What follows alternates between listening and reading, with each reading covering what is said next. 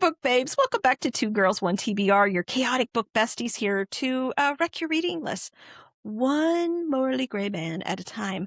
I'm Rebecca, and you can find me over on Instagram and TikTok at Azrella Reads. And here I am with my lovely new co-host. Hi, my name's Kirsty, and you can find me over on Instagram as well at bk.reads_. So how are you doing today, my lovely sweet friend? I'm doing pretty well, can't complain. The time difference is a big, but that's okay. We're killing it.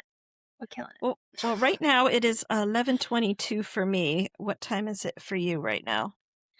Also 11:22, but PM. You're getting Not ready AM. to go into tomorrow for me. I am, yes. It's nice though, we're on the same day. Yeah. Quite often we're not. Yeah. Well, soon you'll be in the same. You'll be closer to me, but behind me. But yes, I'm right. I'm going to be behind you instead of in front. This is so crazy, though. That's so neat. I find it. I'm excited for you to get over here and start your adventure that you're going to be doing. Yes, I'm so excited to be in the same country as everyone else. It's going to be fantastic. Well, I'm excited for. And when do you think? When do you think you'll be actually here? How long do you think it'll be now? Hopefully in the next week or two. Well, that's exciting. So by the time this comes out, I should be there. Well, I'm excited. Again, I told you, like we said earlier, I am going to live vicariously through you, through your adventures. So, are you going to, on your Bookstagram, are you going to post a little bit about your adventures on there as well? Or are you going to, or is your Bookstagram just going to stay your Bookstagram? I think I'm going to post aesthetically pleasing things that you may find on my trip and where I might be reading from. Okay. Yeah. Oh, that would be neat. I think, yeah, picturesque-wise, it will be lovely. But yeah, we have another account where we have all of our travels and whatnot's going on there. So. Do you have a link tree on your Bookstagram so that you can link Not your other one? Not currently, but maybe I should. Maybe I'll get onto that. Yeah, because if you do that, then people could, if they wanted to, they could follow your adventure as well. I know I'm excited to follow your adventure. Thank you. Yeah, it's going to be a great time. So now, what are you currently reading, ma'am? I just started. Everyone's going to have to forgive me. I am a Kindle reader because I can't carry all my books with me. I am reading Fear of the Light is Terrible, Fear of Forever by Kennedy Bryant. It is currently an arc, but by the time this comes out, it will be out. Oh, okay. Not in Rebecca's genre. This is a contemporary romance. This one is it's hockey, ice hockey. Oh, okay. So yeah, but it's good fun. Kennedy writes, this is the 4th book in the series, so it's the last one. And she writes, I really like the way she writes in terms of like mental health rap and stuff like that. So now, yeah, you said it's the 4th book. Now, is it, are you following the same person all the way through, or is it like interconnected standalone kind of vibe? Interconnected standalone. So the male main characters, they all play on the same hockey team. Oh, okay. So it's got that sense of found family in it, which is really nice. But it's also very much, you could just read the one by itself. You don't need to read it. Okay. Now, are they spicy? Yes. Of course they are. Of course they are. Yeah. But I always have to ask those questions, you know. Yeah. I will be very upfront with you if they are not. Now myself. Now, please tell me. Again, you know, I'm in my villain era. But I am reading Kingdom of Silent Sorrows. That's what I'm reading right now. By A.G. Harris. She was on the podcast a couple weeks ago, but this is her book. Mm-hmm. I know my light it reflects, but she did all the artwork. Let me see. I mean, she does. Oh, her stuff is just so beautiful. Like, let's see here. Like, you can see. I know she has one that's a girl that's in here, and it's so beautiful. But look at that. See how she does? Wow. Yeah, that's insane. In the best way. Oh, yeah. Oh, I mean, if you go over and you follow her on Instagram, AG Harris, you can actually see her actually creating her art and stuff Yeah, for wow. her all of her characters and stuff. And I love it because Yeah. you're seeing what she sees, what the Yeah. characters that she created in her mind, and that you're actually seeing the actual visual, and I love that aspect of that. Yeah. But it is good. And when you see her Yeah. and she's like so soft spoken and she's like the sweetest lady, and I'm like, where did this spiciness that you were writing, where did it come from? Because you see her, you don't expect it, because she No, looks no, very, never. but her spicy, she knows what she's doing. Yeah, good for her. And I really appreciate that she can write and draw. Oh yeah. Like, so much talent. That So amazes much. me. Another author that was on the podcast this past year, Ravenna Bell, she does the same thing. She writes and does her art. And Parker A. Garner, she also does art, writes and does art as well too. And I'm Yeah. like, where do you all come from? I can't Yeah. do either of those things. Yeah. Please stop taking all of the talent. Share the love. But now the other thing that you are amazing, I have to tell you, because today our guest is Carissa Broadbent, and Yes. you power read I several did. the beginning of her books, and I have to tell you, I am impressed with you. How Thank you got you. through book 1 and 2 in how many hours? 'Cause it was not very long. No, it wasn't. I did listen I had it on high audio. Yeah. I think it would have been like 1.75. So I powered through them. But we only landed, so I'm in Kuala Lumpur in Malaysia at the moment, and we only landed here today. So we had an overnight flight, and I was awake for a lot of that. So Yeah. we haven't really been doing a lot of sleeping. So I've just been reading, which has been fantastic. And also that first duology especially was so captivating. I didn't want to stop listening anyway. It was fantastic. So what is your thoughts on Mr. Vincent? Mind you, he isn't the main, he's not the main male character of the book. But I do find Vincent quite alluring, I have to tell you. Yes, I can certainly understand why you did. When you initially, we were speaking about it before I'd read it, and I was like, what is she talking about? Like, what do you mean? This guy's barely here. Like, what is going on? But the more I got into it, I was like, oh, okay, I get it. I get it. And then you see more of him in the Yeah. second part that I was expecting. And it was great. Like, seeing his point of view was very cool. And it brought a lot of Vincent or Victor to light for me. Oh, I know. I mean, Heather and I mean, we have called him Victor so many times, even though he is Vincent. But It's fine.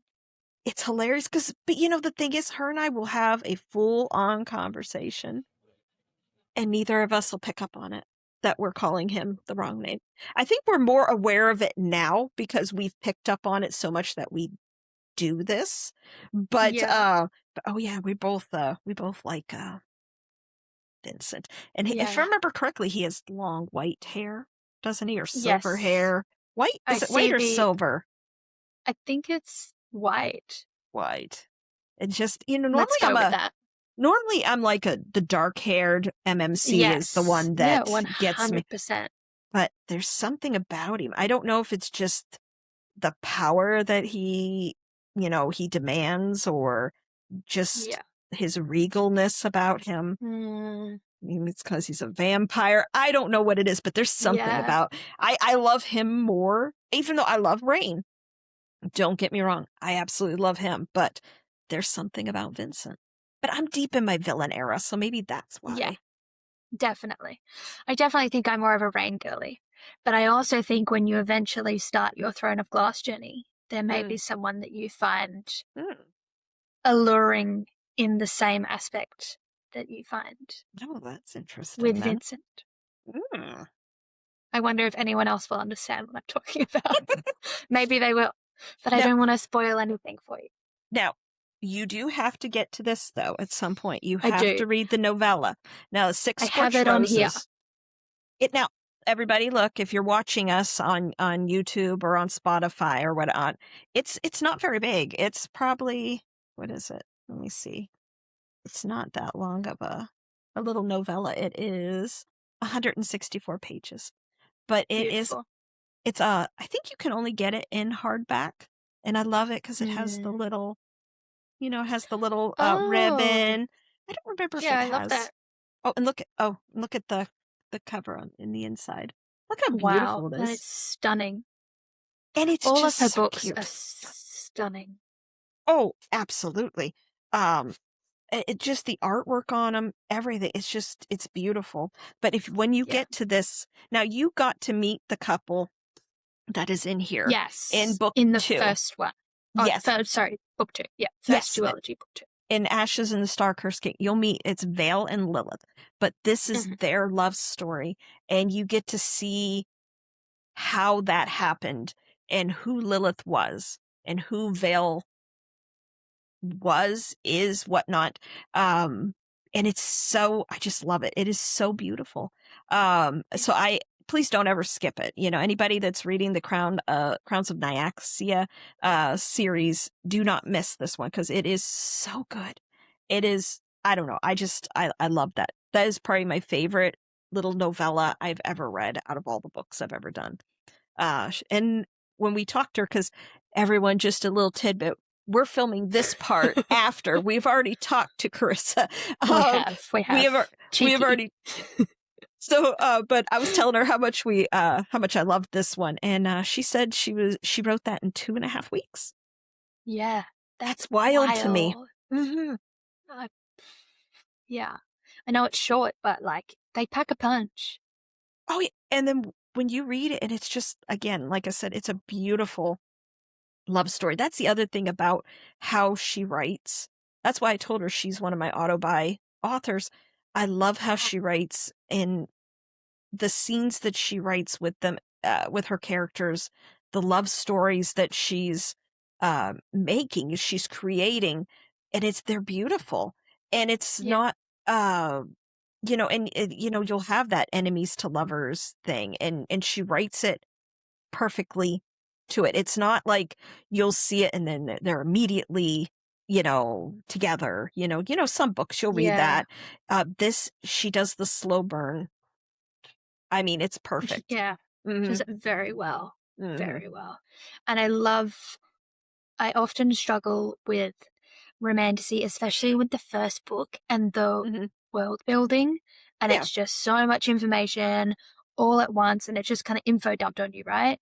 But oh, absolutely. I don't know how she does it, but she just writes it so flawlessly, and it just kind of, all the information that you need just slots in when you need it.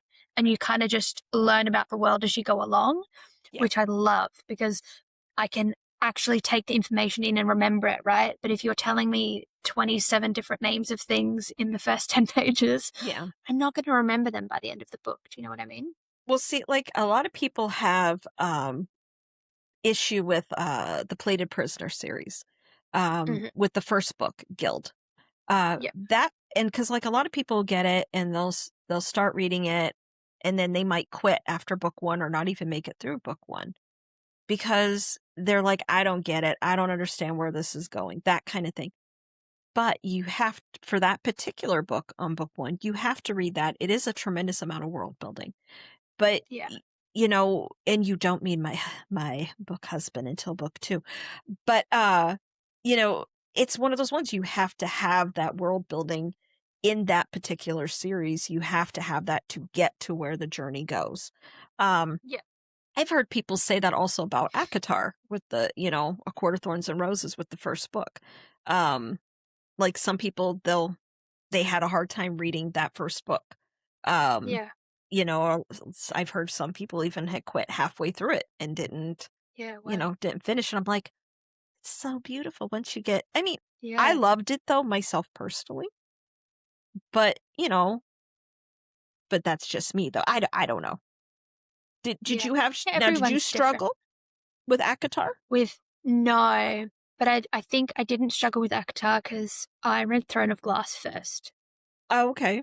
Okay, so you were So already used to her writing and style. Yes. And I wouldn't say she info dumps, but the first Throne of Glass is very different in the sense that you do learn so much and you have to really be in that world straight away. Where I didn't find that as much with ACOTAR because it was kind of like you were between two worlds, right? The Okay. humans and the non-humans. Like, do you know what I mean? Yeah. Well, yeah, I know what you're saying. I know what you're saying. Yeah. I did struggle with Crescent City though. Just to throw that one in there as well.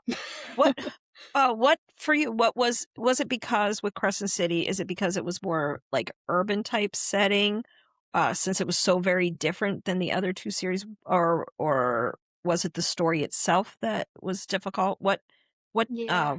what was it with Crescent City that did that for you? I don't know if I was just overwhelmed in general. Do you know what I mean? Like, I found quite quickly I got quite attached, and then obviously, you know, things change, and Yeah. then, Yeah.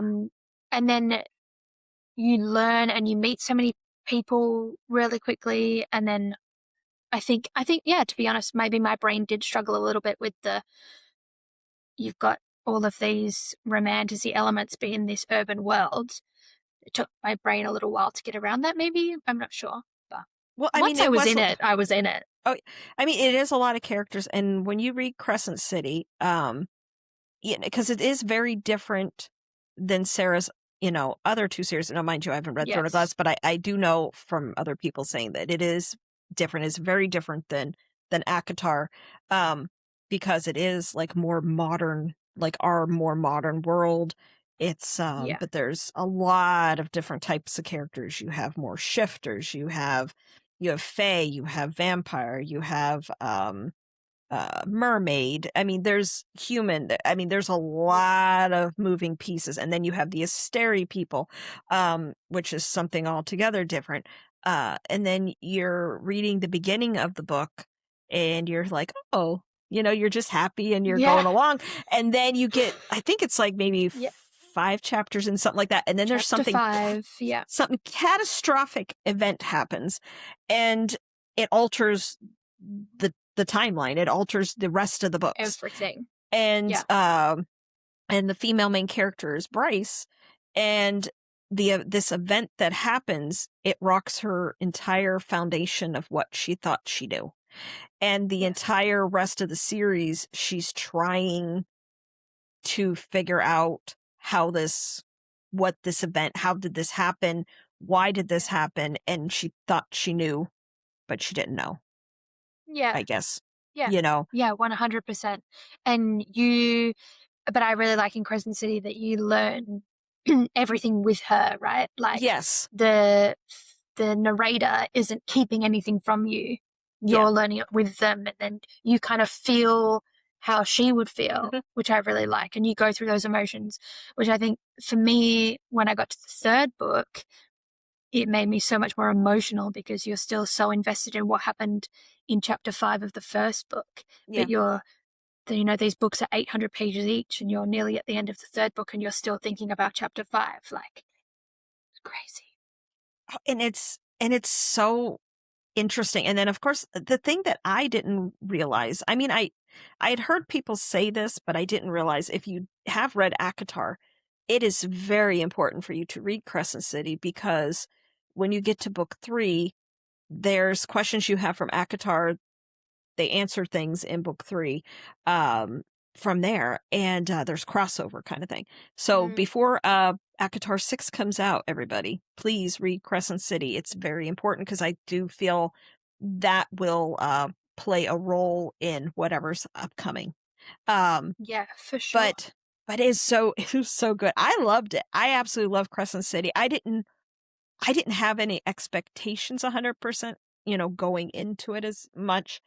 I just was like, oh, because it sat on my shelf for probably 6 months, something like that. Because I think I got them for my birthday last year. So, and then I didn't start reading it until like around Christmas time, I think, is when I started Crescent City. And then I finished it in like the beginning of February, something like that, the trilogy. But it is so good. It is so good. I'm so excited for book 6 to come out in October. Yes, me too. I just wonder in my mind, one, who's going to be the point of view? Is this going to be a continuation of Nesta? Or do we think her storytelling is done? Because she was a prominent, she was that very prominent person at the end. I mean, is it going to be Elaine? Is it going to be more? Could it be Amren? I don't know. Do you think it would be one of the guys' point of view? I mean, surely we have to get Asriel's point of view at some stage, right? Yeah. He's my favorite. He has the largest wingspan. He does. And he's definitely gives the biggest shadow daddy energy out of the three of them. For sure. Well, I have so many questions in regards to him. Who is his father? Where does his shadows come from? Because now this is, again, I do not feel he will end up with Elaine. No, neither do I. Because when his shadows sees her, they want to hide away. But when he's with Gwen, they sing. Mm-hmm. So that tells me, I think she is his mate. I think Gwen, we're going to find out that she is his one. But I think something with Elaine, there's something about Elaine that doesn't ever sit right with me. Yeah. So I don't know. I think we know she's a seer. We know that. But where will that come into play in book 6? So, I mean, do we think it's going to be her point of view? Don't know. I mean, it could go either way, right? Like, I don't want it to be her POV if it's going to be boring, but I mean, it never would be because it's Sarah J. Maas, obviously. But like, if it's Elaine's POV and then we find out that actually, she's a bit evil, and then maybe her and Tamlin team up or something, like, I could get around that. I could get around Tamlin and Elaine. I really could. Now, this is my thought. Now, I have a lot of Tamlin theories because the internet has done this to me. Because I have my ACOTAR series, our little mini series that we do, and I look up theories that people say. People's theories have me thinking. Now, one, would it be weird, though, if Tamlin would be with Elaine after he's been with her sister Feyre? Would that be weird? I don't think so, not necessarily, because if we were looking at Elaine getting with Asriel and Sarah J. Maas wrote that scene of Nesta, Cassian, and Asriel, then surely that would have been fine. Yeah. I'm still very bummed that we never got that. One can hold out hope, right? You never know what might happen. Oh, you never know. But see, now this is the other weird theory. Because now when Tamlin and Feyre, when she was first at his place, because remember he mentions to her, why didn't your mother tell you about us? He was very specific about her mother, not her father, not other people, her mother. Yeah. So I wonder, is it possible? Because again, I do not think Mama Archeron was all human. I do not think so. That makes sense. And there's a reason why they lived that close to the wall. They could have lived anywhere. Why did they live there? So I wonder sometimes, like, if she was from their world, from the Fae world, was she possibly, again, a witch? Wink, wink. Or witch, even though I haven't read that, I haven't read Throne of Glass, but I think there's something to do with that. And no comment. What if it's a possibility that Tamlin and Feyre's mother had once had a relationship? And what if, no, wait, get ready for this. What if Nesta is Tamlin's daughter? Because her and Papa Archeron never got along. Think about it. It's true. They didn't get along. She had her mother's eyes. We know that. Elaine has Papa Archeron's eyes because because Sarah makes this very specific. And then we know Yes. Feyre has her mother's eyes. So what if, this is the theory that's out there, what if Nesta, she had Nesta with Tamlin, we're going to just put it, or we'll just put Tamlin, and then Papa Archeron married her, and then they just never said anything, and just he raised her as his own, and then they went on to have their own 2 children. I don't know how I feel about that. Could you imagine? I know. But yet there's a lot of stuff we just don't know. Mama Archeron's her name's never said, but we know that she was raising Nesta to marry a prince or nobility or whatever. And then in Silver Flames, she makes mention of her grandmother, and she was very stern and all this. And remember, she would make her take dance lessons and all these kind of things. I'm like, what happened to that lady? Where did she go? Again, we haven't seen where any of these people, they never mention that they go see their graves or anything. So I'm still not sold that Mama Archeron is dead. So again, if they don't die on page, yeah, you're are they really true. dead? Are they somewhere else? I'm telling you, I have so many theories. We could be here all day. Oh my God. So, I mean, again, that's coming out, in October. So, yes. I'm excited about it. So I have a lot more theories out there because people have been, excited about it too. People have even more crazy theories. I thought I had I'm tapped sure they into, do. well, I thought I had tapped into the most crazy, but now it seems there's even more. So hopefully over between now and, when the book comes out, was it the 27th? Is that right? Of October, I think, is when ACOTAR 6. Sounds about right. Yeah. It's something like that in October. End of October. Yeah. I hope to be able to do some ACOTAR miniseries. Yeah, definitely. So we all can discuss these theories and see if Tamlin. Yeah, most definitely. Now, I mean, she said she doesn't know if Tamlin will have a redemption arc. But would I think that Sarah would tell us that and then give him some form of redemption? I think absolutely. I think she could do it. I mean, I understand what she was saying when she was talking on the podcast this March, saying that, she has to be very careful of what she does with Tamlin because she has had friends that have been in those kind of situations and relationships. Yeah. But I have to credit Chelsea to this because she would always say that she could redeem him. I mean, he has been through it himself. He's had a tremendous amount of trauma. So, I mean, is he redeemable? Do you think he is? Do you think he could be brought back from where he's at? Remember, he's mostly in beast form right now and kind of living like a crazy person now. And yeah. Maybe if he did some soul searching, maybe if they had like Fae therapy that he could go to. He needs it for sure. He really does. Maybe he just needs to find, I know we love Lucian, but maybe he just needs to find a new friend that can help him on the right path. Yeah. And maybe he will on his adventures. Maybe then he finds someone who helps him on his path. And then that's who he falls in love with. It could be. He needs a strong woman is who he needs to tell him to knock it off.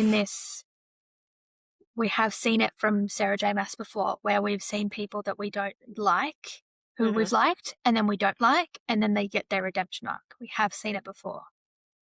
Well, yeah, I mean, will we see it again? Well, you take Nesta, for example, people either love her or they hate her. A lot of people did not like her, but I mean, I understand why people don't like her. They're struggling and all that, but you have to always remember everything that we have learned and everything we knew from the first 3 books, that is all Feyre's perspective. Yeah, point of view. Yeah, 100%. So of course she's going to see Nesta in that light because in her mind, Nesta wasn't helping. But then we found out, like in Silver Flames, that she was doing things to try to help the family that Feyre didn't know. Yeah. She didn't know was happening. I think a lot of people would be in the same boat as me. The first 3 books, I was like, I don't really like Nesta. Mhm. But then in Silver Flames, she was so relatable to me, like with her struggles and stuff like that. Obviously, probably not to the same extent, Yeah. but like I think a lot of people can relate to her. And I think you see a big divide now where people have changed their point of view because they go, oh, well, actually, you shouldn't judge someone based on what someone else has told you, right? Do I think that Nesta is the most pleasant person? Absolutely No. not. She's very bristly, you know, but that's who she is. And that's how she Yeah. was raised. You know, she was raised by Yeah. Mama Archeron and Grandma Mm-hmm. whatever, because we don't have a name. We Whatever. just have Grandma. Yeah. Um, you know, I mean, she was raised in that particular way. But you know, I mean, she had a lot of bad shit happen to her. You know, I mean, the family fell to the hard times and what she was doing to try to help the family. And then, Feyre, leaves. Elaine didn't try to go and find her. Nesta No. went to find her and she was going to go over the wall to find her. You know, Yeah. I mean, she loves Feyre. I mean, I don't think if she wouldn't have cared about her, she would have never got that mercenary to help her and try to save Feyre. Yeah. So, but people forget that. And then she got stolen out of her bed in the middle of the night, her and her sister, and then they got thrown in the cauldron. She didn't Yeah. know what was going to happen to her when that happened. But I do Yeah. like one of my favorite things though is when she went in and she pointed at him. Yeah. I was like, haha. Yeah. But I don't know. And then you get into Silver Flames and you see a lot more.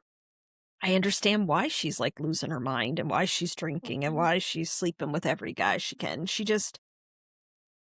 had a lot of trauma to deal with, I Yeah. mean, and Yeah. I guess like you're looking at, like how Rhysand and Feyre were like, well, this is it. You're going to live at the House of Wind and you're going to have to do whatever. I don't think they understood her trauma very well. No. No, not at all. And they were so wrapped up in themselves. Don't get Hmm. me wrong, I love Rhys and Feyre, but they were Yeah. so, and it's understandable. Like they were wrapped up in who they were and what was happening in their lives. That obviously it would have been even harder to see her perspective. Well, and then they were dealing with their own traumas itself, I mean, Feyre went through a lot under the mountain. I mean, that was a Yeah. lot, Yeah. and all those things. And then, we always say like, well, Rhys, he did. I mean, he had a rough 50 years under the mountain with Amarantha. He was Yeah. doing what he had to do to survive because she To did kill survive. off multiple High Lords because Yeah. um what is it? What's the one? Tarquin? Uh Hmm. the one that begins with a K, the one that's up in the Winter Court. Callias? Is that his name? That could be wrong. I don't know. It begins with a K. And Got no then idea. Thiessen. Those ones, they became High Lords under the mountain because their Yeah. fathers were killed. Because they got, yeah. Hmm. Hmm. Mm. Yeah. So he did what he had to do to survive. And also, of course, he was protecting his city that was hidden, that Yeah. nobody knew existed. And they were all having the best time up there. Well, a lot of Yeah. other people were under the mountain. So I don't know. I'm excited. I want to know, when do you think she's going to release the title? We're not that many months out. No, we're not really, are we? Mm-mm. Surely soon. I wonder how long you leave it. But even before then, we've got the novella, the Fourth Wing novella coming out, and that doesn't have a title either. That comes out in September. Is that right? Yeah. So, yeah, I haven't Yeah, the read middle any of of Fourth September. Wing. Yep. You've read all. Yeah, I take it you've read I all have, Fourth Wing. yeah. I So, have.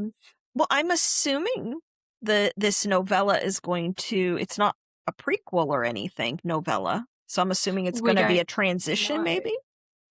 I am Between that. assuming it's a different POV. Of the That same. we're maybe getting because it's Okay. all, I don't know. It's so hard whether or not she's going to give us, because there's a section at the end of the third book that kind of goes missing. And whether or not she's going to give us that from someone else's POV, because Violet, the female main character, loses her memories.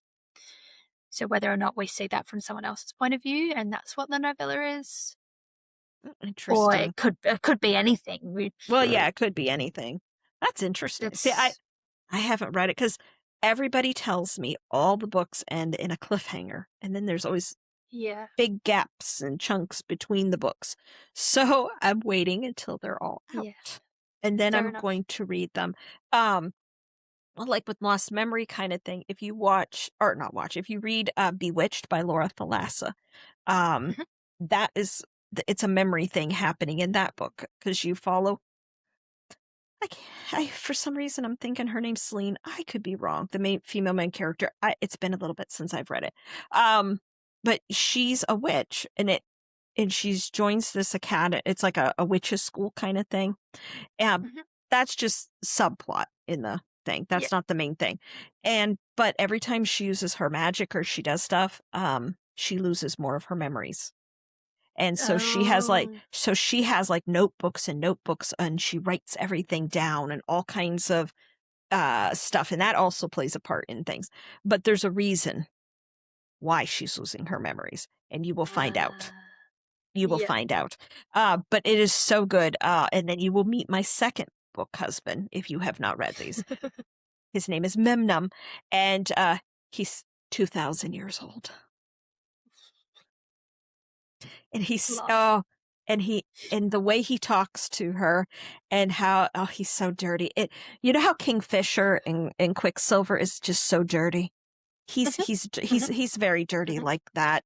Also, my book husband in the Plated Prisoner, he's very dirty as well. All narrated by the same person as well, if you were wondering. On audio. Oh God. Oh, I love Kingfisher. Now I'm not an audiobook girl, but I have heard the clips and stuff, and when he talks about with Kingfisher with one person being on their knees, and that is one of the best clips. The same narrator does in the graphic. You know how they're doing graphic audio now of some books? Yeah. So in Akatar, he does Rhysand in the graphic versions of those as well. So all of those main male, that vibe. Does he does the Plated Prisoner too? Does he do the He does, yeah. And he just did, have you read Metal Slinger? I have it sitting on my shelf. I have not read it. Light Wielder comes out, or it just came out here like a week or so ago. Mm-hmm. Yes, I just read it. Well, I listened to it on audiobook, and he did the guy in that too. Oh. I have to Good for you, though, to not have read Metal Slinger, because then you don't have to wait ages, because that's probably the worst cliffhanger I've ever read in my entire life. Heather said the same thing. Heather read the whole thing, and she was like, "Oh, this is so good." And there's like in the back of it, there's like a couple extra chapters or something at the back. And she was like, "Oh, maybe it'll, give me an idea what's coming on the next one." And she's like, she was so bad. She was like, "It's 10 years or 5 years in the future," and didn't give me any answers to what was happening. And she was very upset about that. Yeah. But now, is that that was a duology? Or is this so Light Wielder? That was the end, right? Yeah. Well, okay. Maybe. Okay. It's a duology. I think it's going to be kind of like Carissa, a duology, and then I would imagine maybe it would go again, like different people, but same. Same world. I reckon it would be quite similar, actually, to be honest. Okay. Oh, interesting. But no, I do have it. I do have it sitting on my shelf waiting for me. I think I have 100 books. I'm a collector. I am a curator of books. I just don't read as fast as some people do. But as I pay attention, I look at how people are reviewing things, and if people are saying it's a banger, and I know it's going to be 5 stars all day, kind of thing, I buy it. It goes on the shelf. Yeah, you should see what I have pre-ordered. You should see I have all kinds of things pre-ordered. I mean, I know everything that she has done, I know is amazing because I've read how she writes. I love it. I know her Daughter of No Worlds. What? I always call that, because that's the first book. I always forget what the actual series is called. It's the War of Lost Hearts. I never call it that. I always say Daughter No, of No neither do Worlds. I. So do I. I know. I mean, I've seen so many people. I mean, this is the third one, but I have so many people have said that this is an absolute amazing series. So I'm very thankful. My Yeah. husband got that for me for Christmas. So I know she's an auto buy, but I have her. I have Laura Thalassis, because, like I said, Bewitches. It's the third book in the series, but there's 4 books because there's a prequel in there. Again, if you read that, read Bewitched, read Bespelled, then read The Curse That Binds, because if you read The Curse That Binds, then you know more. It takes the mystery out of the other 2 books, if that makes sense. Yeah. Yeah.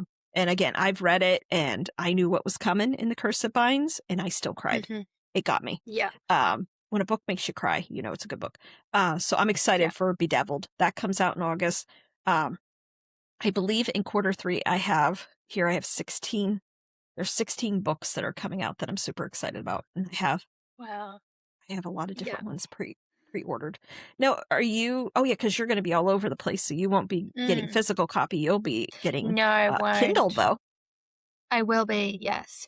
My husband has limited me to 5 physical books in the car. Oh. So we'll see how that goes.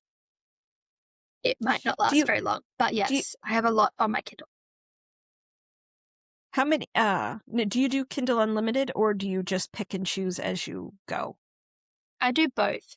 I also do a lot through my library. Oh, okay. Because my library has 3 different apps that I can use to do audio and ebooks, so they're really good. And they've got a decent range. Now, does your library, do they do the graphic audios too, or do you have to do that separate? I don't know, because I don't know, does the library, do they do graphic audio? Yeah, my library did graphic audio. That's how I did the third Crescent City. I did the third Crescent City on graphic audio. Very interesting fancy. Experience. Yeah, very fancy. But now me, I love having a book in my hand. But I have to say, now I do mix, though. Now this is paperback. I love a good paperback, and I love it because this has that flop to it. You know what I mean? Oh, I love a good flop. I do. But yet I have some of her books, this only comes in hardback. But I have Fallen and The Kiss of Dusk. I have that one. It's hardback. All the other ones are paperback. I mix and match. Does that bother you when you do that? Look, a little bit, yeah. But in Australia, most of our books come out first in paperback and then come out in hardback, not the other way. I wonder why it does that. I don't know, because I remember they made a big deal about ACOTAR, and everyone was like, oh my God, it's going to come out in hardback, and it's going to be different from my paperbacks. And I was like, okay, so how many copies of ACOTAR 6 am I ordering and delivering to the US? Because they're in paperback and not in hardback. Now, see, I have ACOTAR, but I have the paperback. So I have the colorful set. Yes. But I have book 6 pre-ordered, and it's going to be hardback. So it's not, and it's not going to match. No. So I am not a person. Now, some people they like to buy multiple copies of the same book. I don't do that, but I am contemplating possibly doing that with ACOTAR if I want my set to match. Yes. Because otherwise you've got to wait. Like, how long have you got to wait for that paperback to come out? You just don't know, right? Well, if it's October, I'm going to say at least 6 months. It could be before paperback. I'm not waiting that long to find out what happened. You'll be lucky to last a week without spoilers on social media. I know. And also, people, when you do get to that, hold off. Calm your tits. Don't post spoilers. People want to know things or market, like, do a carousel and do multiple slides and say, spoiler, don't go forward, spoiler. Because it's awful when you're reading a book, or you're going to read a book that's just come out. Maybe you didn't get to read it right at the exact moment everyone else did. And then you start seeing spoilers and stuff like that. Yeah. That's boo. Don't do that. That's not nice. Not at all. No. So now we will be right back, even though this is technically after the fact. But for you, we will be right back with Carissa Broadbent. I hope you enjoy it. We had a fabulous time. Oh, absolutely. And also, she is the sweetest lady in the entire world. The nicest lady, honestly. Absolutely. And hopefully she'll come back later on this year or maybe the beginning of next year and come visit us again. Yes. She was very enjoyable. So we'll see you in a few moments. Yeah. Bye. Hello and welcome, Carissa Broadbent, now a #1 New York Times and U.S. Today bestselling author, and also the vampire romantasy queen. Welcome. How are you? I am wonderful. Thank you so much for having me. I am so happy. I have to tell you. Now, my friend Heather, she's another one of my co-hosts on the podcast. Her and I have, we always rave all the time about your books. And I have to tell you, Mr. Vincent, that is in the first duet, for some reason, her and I call him Victor all the time. We have done full episodes where we've been talking and have a full conversation and not realize it. And for some reason, Vincent is Victor to us. You are not the only one. He gets called Victor a lot. So I'm not offended by that. Neither is he, I'm sure. Well, I as you can tell, I loved The Serpent and the Wings of Night, and I loved Six Scorched Roses. This is my absolute favorite novella I've ever read. I love it. And I love, well, as you can tell, I love it and I annotate. I am so excited for your upcoming book that's coming out on, what is it, August 4th? August 4th. And that is book, and that's book 1 in the last duet of the series. Yep. So it's the penultimate book of the whole series. We're getting towards the end. Very surreal. I am so excited. I have read the first 3. I also have your Slaying the Vampire Conqueror. I have it. They're all staring at me from my bookcase. But I haven't had a chance to read them. And I also have, my husband bought me for Christmas, I have all of this series as well of yours. Oh, well, I'm sorry to keep you so busy. I love it. I absolutely love it. Now, question for you. So what are you currently reading, or what is keeping you up at night? My 3-year-old, mostly. I am actually not reading anything right now because I don't have the time, that the brain space. I have like very bad pregnancy brain because, as I was telling you guys before we started rolling, I am at time of recording 8 months and change pregnant, and also trying very hard to finish the draft of the final Nyaxia book before this baby is born. Between us, I don't know if it's going to happen, but I'm doing my best. So there's not a lot of brain space left over lately for reading, unfortunately. The last book I finished was Yesteryear, which a lot of times when I'm drafting, I read very far outside of my genre. Like, I read things that are just totally unrelated to romantasy. And it was riveting. Like, I read it in 24 hours. Oh, wow. Oh, what genre is that book in? Would we call it? I want to call it like women's lit, kind of. Yeah. Right. Okay. It's like it's about like a woman who ends up going back in time. Like, she wants to live like her trad wife life, but she ends up getting transported back in time and has to live it, and about like how that goes for her. It's actually quite interesting. Rebecca doesn't read a lot of contemporary or anything in that sort of direction. Definitely more my wheelhouse than Rebecca's ones. But that's okay. I am very deep in my villain era. That is where I'm at. I'm in spicy romantasy, dark fantasy, dark romance. That is my wheelhouse. That's why I had no idea what that book was. That's totally fine. I mean, my assistant, who like does books for a living, you know, like her job is working in the book world and everything, and even she was like, I've never heard of that, which is shocking to me because in my circles, like, everyone is talking about this book. But me yeah, too. everyone's got their wheelhouse. Well, like that's the thing that's neat about like all the different girls that I do the podcast with. Everybody brings a little bit of something different. We're not all, they're not all the same as me. And a lot of them do read contemporary romance. They read thrillers. They read, everything. So a lot of times when it's something like that, I'm like, I don't know. So that's why I have Kirsty and I have all the other girls, and they're like, well, yes, we've read this. Yes. Now, now, I have a question for you. Now, because you were an indie author and now you are traditional, are you liking being a traditionally published author now versus being just an indie or So as an I indie? I actually am still hybrid, meaning that there are aspects of my career that are indie and aspects that are traditional. So I still retain all of my ebooks are still published by me at this Oh, point. okay. Yeah, and that's been very important to me. I always say, I never say never about anything. I try not to speak in extremes.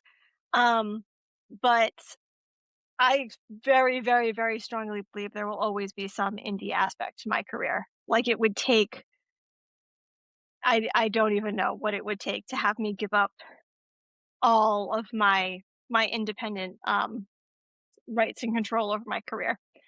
So I'm really grateful to be in the position I'm in right now, where I kind of get the best of both worlds, where I get the support of my publisher and the distribution that is impossible, when you're independent, and also get to collaborate with all of these immensely talented people that I get to work with at my publisher, while still also maintaining the control of my career that I can have by having those indie aspects of my career too. That's Yeah. pretty awesome. I think it's nice that you get to have that option to do that. And it's still, you still, like you said, you still have your rights. You have control. Because I have seen different authors that were indie and that have gone completely traditional, and they have lost their voice a lot in it. They don't have the choice necessarily, like what is happening with their books or their covers. And you can see that some of them it's not happy, like they said, now this is supposedly something going on, because they said with Sarah J Maas or Moss there, they said they think she's having some issues there with her publisher and stuff, and there's possibility that she could go back to being indie and not have a publisher. I Mm. I mean, I think she could do it because Yeah. she has such a following. Oh yeah, I mean she like you think of she has, to my knowledge, always been traditionally published. Like she, from the get go, had a traditional deal. But she is so huge. Um, you think of like Brandon Sanderson, for example, who kind of stepped his foot into indie and hybrid publishing when he did, a few years ago, that Kickstarter campaign that earned like $20 million or something. Good for him. Yeah. Amazing. Like Brandon Sanderson, Sarah J. Maas, those are two of the big, big names in the fantasy world that I think could make boatloads of money, Yeah. doing this kind of stuff, and probably have the access to also, they can kind of get past a lot of the roadblocks that like your average indie author or even, someone at my level, like can't get past, Yeah. distribution wise, like because Target is always going to want to stock Sarah J. Maas's new book, and they will figure out Yeah. what they got to do to be able to stock it. So that thought has actually crossed my mind as well. And once you get to a level where your name carries just such astronomical weight, I have to imagine that a lot of authors at that level start to become aware of that, and the options that that opens up for them. Well, because I was thinking, if she did do that, I mean, that would cut out a lot of the middlemen kind of thing. Yeah. But like you said, I think every, bookstore, big box bookstore versus even like the, your indie bookstores would carry anything she did. Because when I was listening to her interview that she did back in March when she announced, book 6 and all that kind of stuff, you could tell there's some turbulence underneath the surface of the water there. So maybe we will see what happens after book 8, once that one comes out, what she does. I think that the relationship between authors and publishers is always, it's a partnership, but it's always like, okay, so I used to work in marketing, business to business marketing and cybersecurity, like in the tech industry. And, yeah, totally applicable to what I do now. And we always used to say, like back then, that there was always like a healthy tension between sales and marketing, right? So like, because in a way, like the sales team was kind of like my clients. Like I produced content so that they could go take it and go like sell our software to people, right? And that's actually kind of how I think about authors and publishers sometimes, where like in the best author publisher relationships, everyone is feeling respected. Everyone is getting what they want out of each other, but also there always should be kind of some degree of like you're kind of pushing and pulling each other to some degree, because you're like you're operating different arms of the machine, right? And in a good relationship, everyone is like aware of that and doing that in like a very respectful way. But as you said, sometimes sometimes it breaks down. Sometimes like the tension just is not working out the way that it should. Well, I think like when she talked about there and she was saying like how she was in a very similar situation as you are right now. She was ready to have her baby, and then they wanted her to cut all kinds of pages or, from one of her ACOTAR books. I believe it was ACOTAR. It might have been Crescent City. And then she went and she did all that. And then they said, oh, never mind. It's fine. After she did all of that, and you could tell that there's some problems. Yeah. So that would kill me. Yeah, I'm very yeah. grateful that I've never had like my publisher and my editor, the team that I work with at Bramble has been really excellent with I get a lot of control, over things. Like they've never, of course they have opinions about things, as they should. This is a big part of their business, but there's never been like, like the my trilogy, the War of Lost Hearts trilogy, like those cover redesigns, I did those myself. Like I didn't do the artwork. I mean, I like did the art direction. I had them commissioned. Yeah, I produced, I worked with my favorite illustrator of all time. It was like a passion project for me. We worked on it for over a year together. Arthur Wang, he's amazing. And I was originally going to do all that indie, and then I was having a good relationship with my publisher, and was kind of like, I'd love to work with them on this if they're interested in it. And I kind of like brought them all the stuff and was like, here it is, it's all done. And there are some publishers who would have been like, no, or they would have like pushed back on cover things or whatever. But they have always been like very accommodating, which is really has been excellent. But I have seen that finding too. The right fit, right? Yeah, right. And it's also kind of a game of roulette sometimes, where it's like, I mean, the publishing industry has so much turnover. So even when, authors criticize publishers, they're never criticizing the people that they work with. Because for the most part, everyone that they're talking to, the editors, the editorial assistants, the publicity people, like everyone is just trying to do their job to the best of their ability. And everyone loves books and wants to see books succeed. It's like the capitalism of it all, Yes.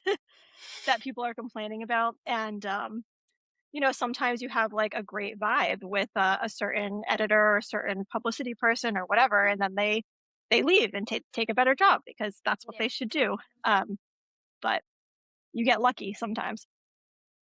Now since you write such incredibly dark and spicy romantasy, what originally drew you to that genre? As again, I have to tell you, in The Serpent of Wings of Night and the whole story there, and then in Six Scorched Roses, Vale and Lilith's story. I love them so much. Because now let me ask you, since you are, besides that question there, when you are reading, now do you recommend reading The Serpent and the Wings of Night, then Six Scorched Roses, and then The Ashes of the Star-Cursed King? Or do you have a particular order that you should read them in? I read it in between. And then for me, it gave that, background, and it was just so beautiful, I have to tell you. Well, thank you. Thank you for the Six Scorched Roses, love. I was very surprised when I was at BookCon recently. And I was shocked that Six Scorched Roses, which is, I mean, I think comfortably my lowest selling book, right? Oh. Out of all of my books. It was the book that was mentioned the most to me, like by people coming up to me. Yeah, which was like shocking to me. I very much wrote it for myself. Like I was just like, I had a contractual obligation to an anthology, and I wrote it in like 2.5 weeks. Like I wrote it really, really fast because I was like, Wow. oh shit, like I have to write this book. Nobody's gonna like it, so I should just write like whatever that I want to write. And so many people have connected with it, and it's very close to my heart. So thank you. I designed it to be a standalone in the sense that you can read it if you haven't read any of my books. You can read it at any point, just whenever. But I do think if I was going to give someone like an ideal reading order, reading it between Serpent and Ashes does give you a little bit more context when these characters turn up, in that second book. And kind of similar with Slaying the Vampire Conqueror, like I get asked about reading order a lot because all the time. I created such, I don't know what I was thinking, guys. I mean, I have to follow through now, because it was like always the plan from the beginning, how this whole series was structured. But now, like looking back, also maybe because I'm tired and I'm working on the last book, I'm like, what the hell was I thinking? Like, this is like, people get confused about reading order. And I, as a reader, I am someone who is very lackadaisical about reading order. Like, like contemporary romance series or romance series where it's like each book is a standalone about a couple, right? Yes. And a lot of times those series will kind of have like a big picture plot of some kind across, or like other couples will show up. So there will kind of be like minor spoilers for other books.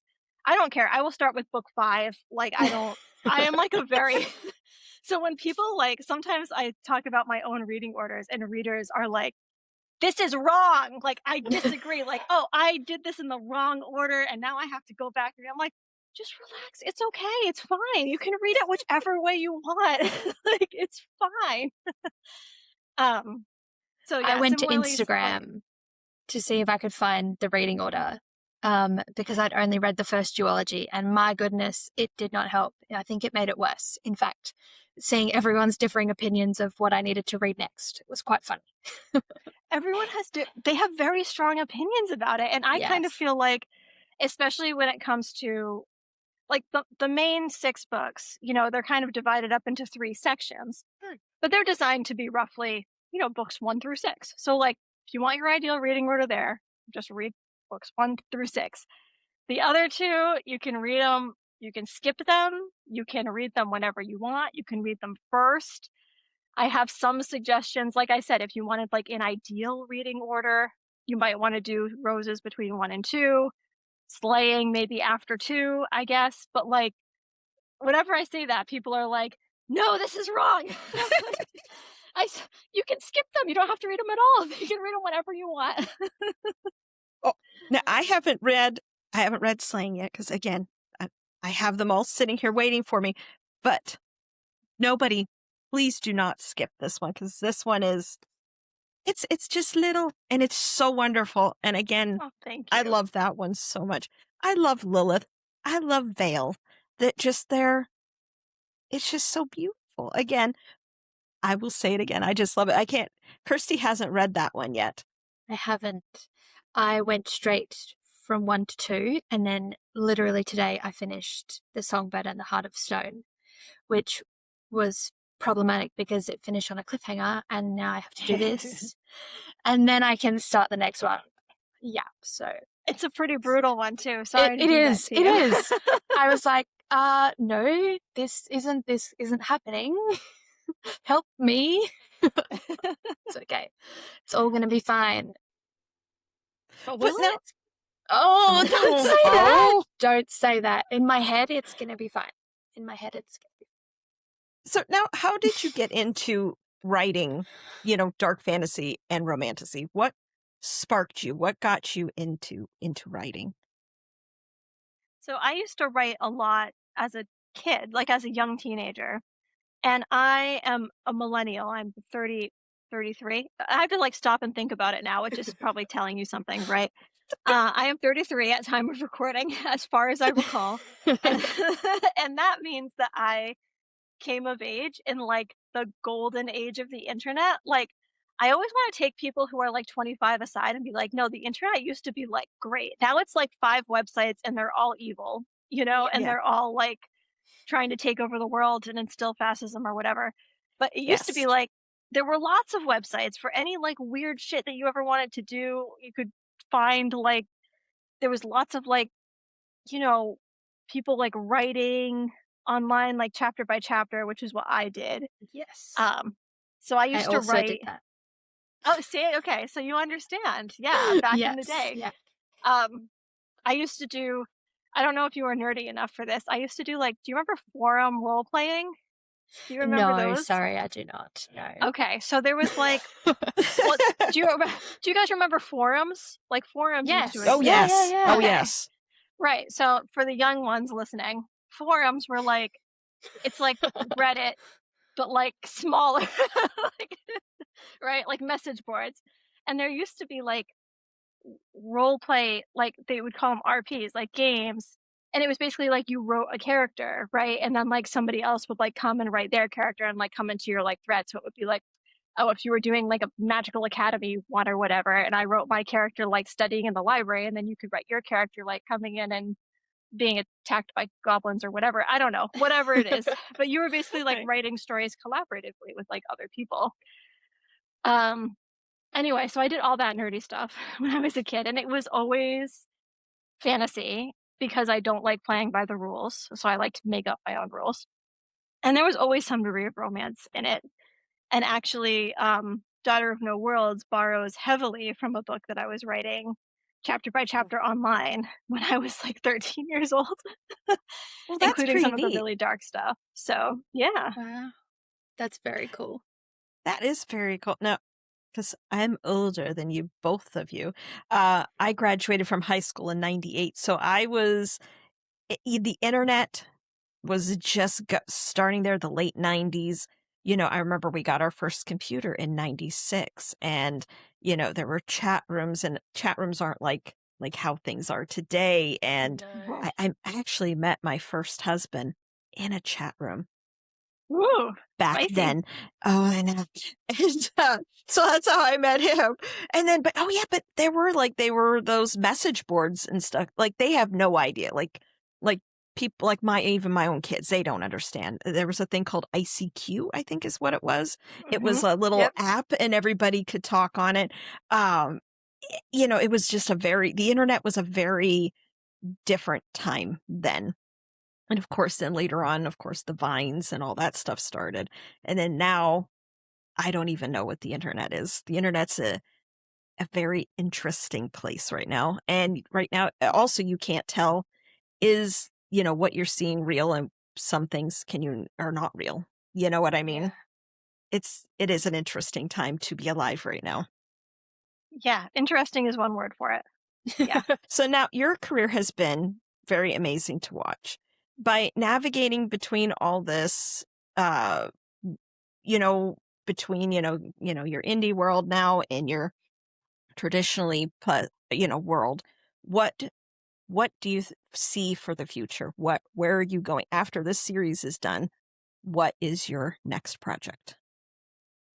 Oh, I know. I can't tell you. Oh, tell him yet. I do have another project in the works. Oh, that's exciting. Very Yeah, exciting. it's I think an announcement will come at some point. I don't know. At this point it's like you're like along for the ride and you're like, whatever. And it's going to be it's different.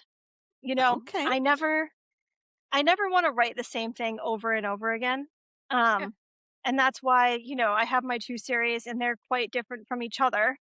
Yeah. And then even within the Crowns of Nyaxia series, I know that there are some people who have not liked later books in the series, but as is completely their right, because the series changes and evolves and it looks at different characters and different settings and stuff like that. Because as an artist, it's not interesting to me to write the same story over and over again. I always want to be exploring something new and different. Mm. So my next series is different. I'm a little bit tired of like swords and crowns and thrones romantasy. So, Okay. um, so yeah, that's all. I'm very excited about it. I'm very, very excited about it. So that's all I can say about that. But it is a series, not a standalone. It is not a standalone, but I'll tell you what, it is not. It is also not an 8-book fucking series because I'm never doing that again. Well, this is exciting. I mean, I Yeah. love how you write. I just have to tell you, I enjoy reading you're a very easy read for me. And I get very immersed into the worlds and I love it. So that's exciting. I'm super Well, thank excited for you. it. Well, I No, hope you like it once it's out. I'm sure I will. You're one of my auto-buy authors, As soon as you have something, it is pre-ordered. Now, I do have The Lion and the Deathless Dark. It is pre-ordered, so I am super excited to add that to my collection that's here. Now, are you excited for it to come out and to be out I into the world? am. I am very excited. I'm excited. I had a lot of fun writing that one. It was probably one of my more every book is fun in its own way, and every Yeah. book is like miserable in its own way. Um, but I would say like this book was particularly fun, to write. I really, really love the female main character and her relationship with the lead. It was a lot of fun to write. And I think it's one of my better books, like I've written what, like 10 or 12 or something in that vicinity at this point. Oh, So you wow. can never pick a favorite child. Like it changes a lot. But I really feel like this is one of my better books and I'm very excited for people to read it. And if I'm going to just like throw a grenade into the whole reading order thing again, I do think there is a significant gap, right, between books this this book and the previous book in the series.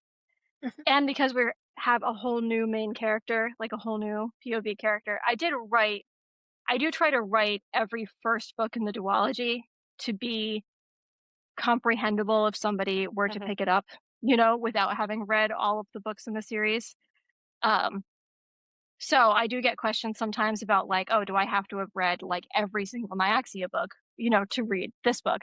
And of course, if you do, there is context that will make more sense to you. Yeah. But if you don't, it is also designed to be read, whenever you pick it up. Interesting. Well, I will.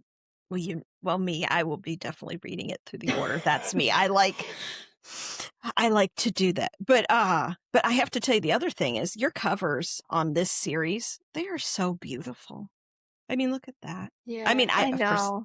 and the one that's coming up there in the purples and stuff, they're just so beautiful. Now, is the artist that did these books, is it the same that did your new covers on your other series? Or is No, this a those are different artist? different artists. I do try to do different artists. There are certain artists I really like collaborating with, so I'll work with them a lot. But I do try to, for different series, get different artists just to like, my favorite part of this job actually is getting to collaborate with so many talented people. I have a huge admiration for the work that artists do, and I know it's like particularly important to value those skills right now because they are getting like their industry is getting its ass kicked, by AI, which is just stealing their own stuff and regurgitating it back for free. Other people, that's a whole rant for another day. But I think it's very important to support actual artists doing this work. So anyway, the Crowns of Nyaxia series, those covers were all done by Katie Ritchie. And they're like so wonderful to work with. And I actually commissioned all of those covers, as indie authors often do, before They're I had just written any beautiful. of the books. So I had all of them. Did you? Yeah, and I brought them to my publisher when they, picked up the series in print. It was like, here, once again, here you go. It's all done. Have fun. And I've done your we job had to for make you. some tweaks. Yeah, exactly. Those are, I make but it they are easy. absolutely, they're beautiful. That They're I am stunning. I am a little bit of a cover snob. I judge a book by the cover, and but I have to tell you, I mean, I love a beautiful book, and yours, I think, are some of the most beautiful covers that I own, and Oh, that's my opinion. that's very flattering. On behalf, I mean, I did none of the work, but it's still very flattering. Um, like I said, it's one of my favorite parts of the process. So I do my If my best. Now my niece, she does graphic art, and she is just dipping her toe in doing illustration and that for books and things like that. And right now she is currently doing the illustrations of a children's book and the cover. And I keep telling her, because she's a wonderful artist and that, and I'm like, you need to come join me in my book world. Because I told her, I said, so many people would love what you do. And she's like, oh, I don't know. I try. She's just a little bit older than you two. My niece and I were real close in age. We're only 9 years apart. So, but she's still my baby, even though she's 35 years old. But she's still my little peanut. But yeah, I keep encouraging her to do that. Because I do She think should. artists, people need to see that. It's sad that AI has done a lot of the things. I think there's probably going to be a place for AI, because we're in, the infancy of it, but not in that respect, when it's replacing people, artists or, writers or any of that kind of stuff. I think it'll be detrimental to our society as a whole. You know what I mean? Oh, I do. I agree. Yeah. Yeah, and I think that your niece should dip her toes into the book world. I mean, there's such an appetite among book readers for, beautiful human-made art. So she should come over here. We love it.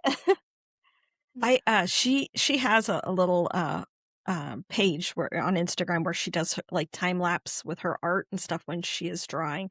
And I told her I want her to do one for me. I want her to make a dragon for me and paint it, and so everybody can watch her do her stuff. But she hasn't done it yet for me, so I have to keep encouraging her. I'm hoping, like, the more and more that people see it, that maybe it'll give her the confidence to show her stuff more Yeah. to authors and things like that. And maybe she will dip her toe into it. But you know how that is. But now with the new book coming out, question for you. Is it going to be an enemies to lovers kind of vibe, or is it going to be a slow burn? What is our tropes that we're going into? Gotcha. It's both of those things, I would say. Yeah. Almost I think all of my romances have been slow burns. Because I think it's because it's how my brain, you know, processes romances and like how I like to build them. Like I always want um kind of like the physical aspects of the romance to be like the culmination of a lot of like Yes. emotional buildup. Yeah. So I think it's always tricky because also like people's definitions of slow burns change. Like there are some people who like don't consider it a slow burn if there is any kind of romantic anything in the first book of the series. You know what I mean? Yes. There is in this book. But it's like at the end. I think in terms of like word like count, but it's also one of my spicier books despite it being a slow burn, because the characters, they are very aggressive. Like she in particular, Kyrene, the main character, I have never written a character like her before. She is definitely like someone who lets the intrusive thoughts win, like basically every time. And that is so fun as a writer, especially because I've written a lot of characters who are like kind of mired in self-doubt, or like characters who aren't like thinking a lot about, not that she is thinking a lot about things, but she's kind of thinking after she acts. So as a result, she's just like always making shit happen. So there is a pretty there's a pretty antagonistic relationship between her and Septimus. You know, they're pushing each other's buttons a lot. Nice. Now as an author, now for you, now is it hard for you to write the spicy kind of scenes and stuff? Because I was talking to author Stephanie Storm, and she's hilarious, and she was doing a scene in her book, and it was two ladies, in that relationship, and she was trying to talk to her editor and her publisher. She was talking to them, and she's like, before we get going, she's like, can I have a glass of wine or something? And they're like, calm down, Stephanie. We're professionals and that kind of stuff. But is it hard for you, or does it flow just perfect from you? I'm pretty used to it at this point. I would say the first time, like Daughter of No Worlds, that was the first time I had written like an open door love scene, we'll say. And I remember at the time feeling like that scene was like so spicy. And now like I read it again, because about the new editions and everything, you have to go through and copy edit it again and everything. And I'm like, oh, it's so cute, like it's so sweet. Like it's so. And then I remember writing, so I wrote that trilogy. That trilogy is on page, but it's also like epic fantasy. There's not that. There's also like logistically, right? It's like we're trying to save the world. There's not that much time to like stop and get it on, Like this is like a real issue. Like, like the Fallen and the Deathless Dark in particular, there's also like a dog. And I used to have to like be like, okay, how do I get the dog out of the room? So that they're not like doing his part of the dog. Like it's like you have to like deal with these logistics. But when I wrote The Serpent and the Wings of Night, I was like, okay, this series is maybe going to be kind of a step up, in spice level. And Serpent is also a slow burn. There is one like proper sex scene. But it was like 6,000 words long. Like I remember the draft for that was just like super, super long. And I was like, oh my God, is this too much? Like, I don't know. This feels excessive. And then I put it out there for arcs and people were like, wow, I really like this book. Shame that it's not spicy though. And I'm like, Jesus Christ, like what do you people want? Anyway, I do find them difficult in the same way I find fight scenes difficult, actually, which is a comparison I make all the time that people like laugh at, but they can very easily be boring, right? Kind of like fight scenes, because it's like you have to have like a like an arc to the action, so it's not just like describing a bunch of movements, Yes. Yes. Right? You have to make it like interesting. Well, so I try to focus on kind of like what the reason for that scene existing is, other than being like, okay, I need a sex scene here. Like, what's the character reason for this to be here?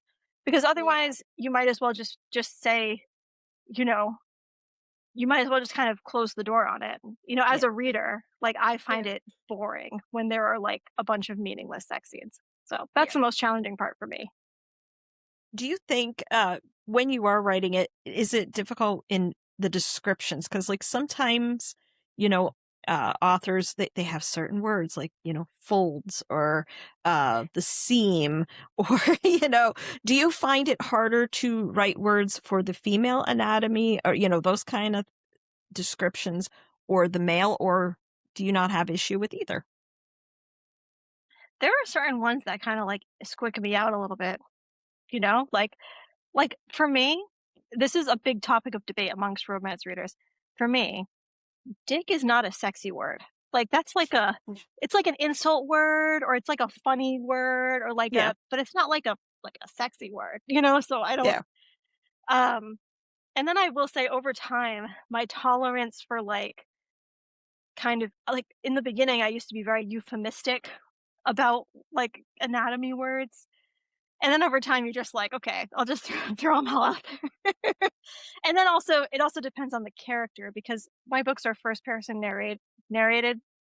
So I also feel like the way that the character talks also influences kind of like how, like I have certain characters who would not use certain words, when talking about their own experience. Yes. And then I have some characters who would like throw down like dirty talk. And that's when I have to, I have to push my own limits. Always the thing, because, this I've seen through many, many different books, and the one that always makes me giggle is always with the men, and it's always within their trousers, and when they unleash it and it springs free. Now, every time that I read that, what I imagine in my mind is, like the door stops at the back that's a spring and it goes like this, and every time that is where my mind goes. But I love it. No, I love all my spicy scenes. It's a very accurate description. I mean, it's kind of what they do. It is kind of what they do. That is a true statement. Yeah. I only read spicy books. I don't read any of the closed door or the fade to black kind of thing. I like my descriptions. I like but there's certain ways that it's written. When it's written beautifully, even if it has like, those kind of terms and it's like, dirty, like really dirty. I love it. It's just, and the way you write it is, I have to tell you, you do very well. Oh, thank you. Thank you. It's an acquired skill. Like I said, I've been learning over the years, so thank you. Well, and then even more. Oh, sorry. I love the one at the end of the first duology where, like, just before the big fight at the end, I think you know which one I'm talking about. That is my favorite one that I've read so far from Carissa. It's so good. But like you said, it's written so beautifully that, and it's so, like Chris was saying, it's so like it's got so much meaning behind it as well, and it's just makes you warm and fuzzy, even though it's terrifying what's about to happen. Makes you all giddy inside, which I love. Thank you. Yeah. I always try to have every couple, they have their emotional arc that they're working through, like as a couple with each other, right? And then when I work on like love scenes, they should be an extension of that. So like Araya, for example, like her whole arc with her romance with Rain is learning how to be vulnerable, because that was like her big hurdle. That was the thing that was keeping her. And that was actually that was great for physical like love scenes, right? Because that's like physical vulnerability. Like you are physically very, very vulnerable. And so that gave me like something to kind of, hook onto for her arc for like all of those scenes. So I'm glad to hear that it like landed for you, because that was like pretty satisfying to write. And then like in the second duology, Misha dealing with like, her faith and like loss of faith, and dealing with this feeling of being like tainted or like dirty, and this kind of like religious guilt aspect. Those are always the most interesting ones to write for me. I love it. Now, because I know you have to get going because you have another interview to do. So could you? I'm very popular today. She's a busy lady. Very popular. I am. But will you let everybody know where they can find you on Instagram, TikTok, your website, and where is your preferred place for people to order your book? Oh, wonderful. Or all your books. So you can find me at all the places under Carissa Broadbent. I have an amazing assistant named Naomi who runs all of my social media. So when you open it up and you're like, wow, this all looks great, I can take no credit for that. I give full shout out to Naomi, which is good because otherwise like nothing would happen, on there. So you can find me on all the places, Instagram, Facebook, all that stuff. I have a newsletter as well that you can sign up for on my website, CarissaBroadbentBooks.com. And then in terms of ordering my books, honestly, order them wherever you want. I mean, that makes me happy. I will say my local indie bookstore, Charter Books, here in Rhode Island, they're based in Newport. You can always get any of my books signed and personalized if you order through them, like at any time, not just like now, any of my books, whenever. So, and they ship wherever. So. Oh, that's a nice thing to know. Because that's nice to be able to have signed copies and stuff. So, and that's personalized. Oh, okay. And that's from that bookstore. Okay. Yes, Charter Books. I think it is charterbooks.com, but if Googled up like Charter Books Newport, Rhode Island, you'll find them. Newport. Okay. I'm writing that down because I will put a link to them on our link tree. So when your episode comes out, people can go there and they can click it and they can order your books right directly from them there. And I'll plug this as well. And if you pre-order The Lion in the Deathless Dark, I was very sad that I was not able to tour for this one because I will have a like 2-week-old baby at the time, so no touring for me this year. But in lieu of a tour, I do have a pre-order incentive. So if you pre-order the hardcover of that book, we have this beautiful alternate dust jacket that one of my favorite artists, Letters by Lila, did. So it's like typographical and it's got like lions and it's really beautiful. And you get that for free if you pre-order it, including from Charter or anywhere else. So that is. I think I did that because I think I did that when you did it. My mind is everywhere. It's all over the place. I get it. But I believe I did that because you have to show copy that your receipt that you purchased, you pre-ordered the book, and then you sent. So I believe I did do that. So yes, my publisher has. I think it should be on my. Like, see, this is where I'm like, oh, I let my assistant do too much because I'm like, oh, where's the form? Yes, my publisher is running the pre-order campaign. You just like submit your receipt and they will send you the dust jacket that can your little alternate cover. So it's like your own little launch SE kind of.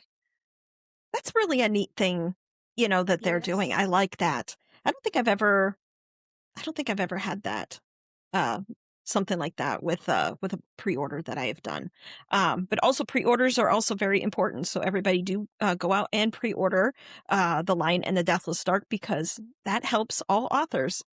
Pre-orders are always very, very, very important. Even though I love pre-ordering, but for authors, it is very important for their it is for everything. Yes, definitely. Yes. So please do it. That would be great. Thank you.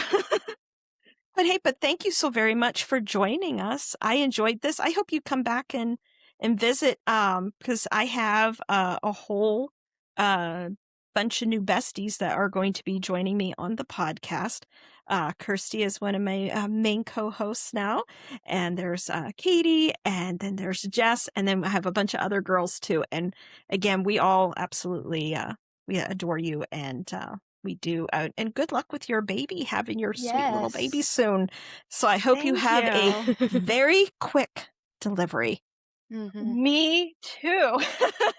Cross your fingers for me. Thank you so much. This was so much fun. I would love to come back and chat with you all again sometime. Oh, thank you so much. And thank you so much. Again, have a good day. Good night, book babes.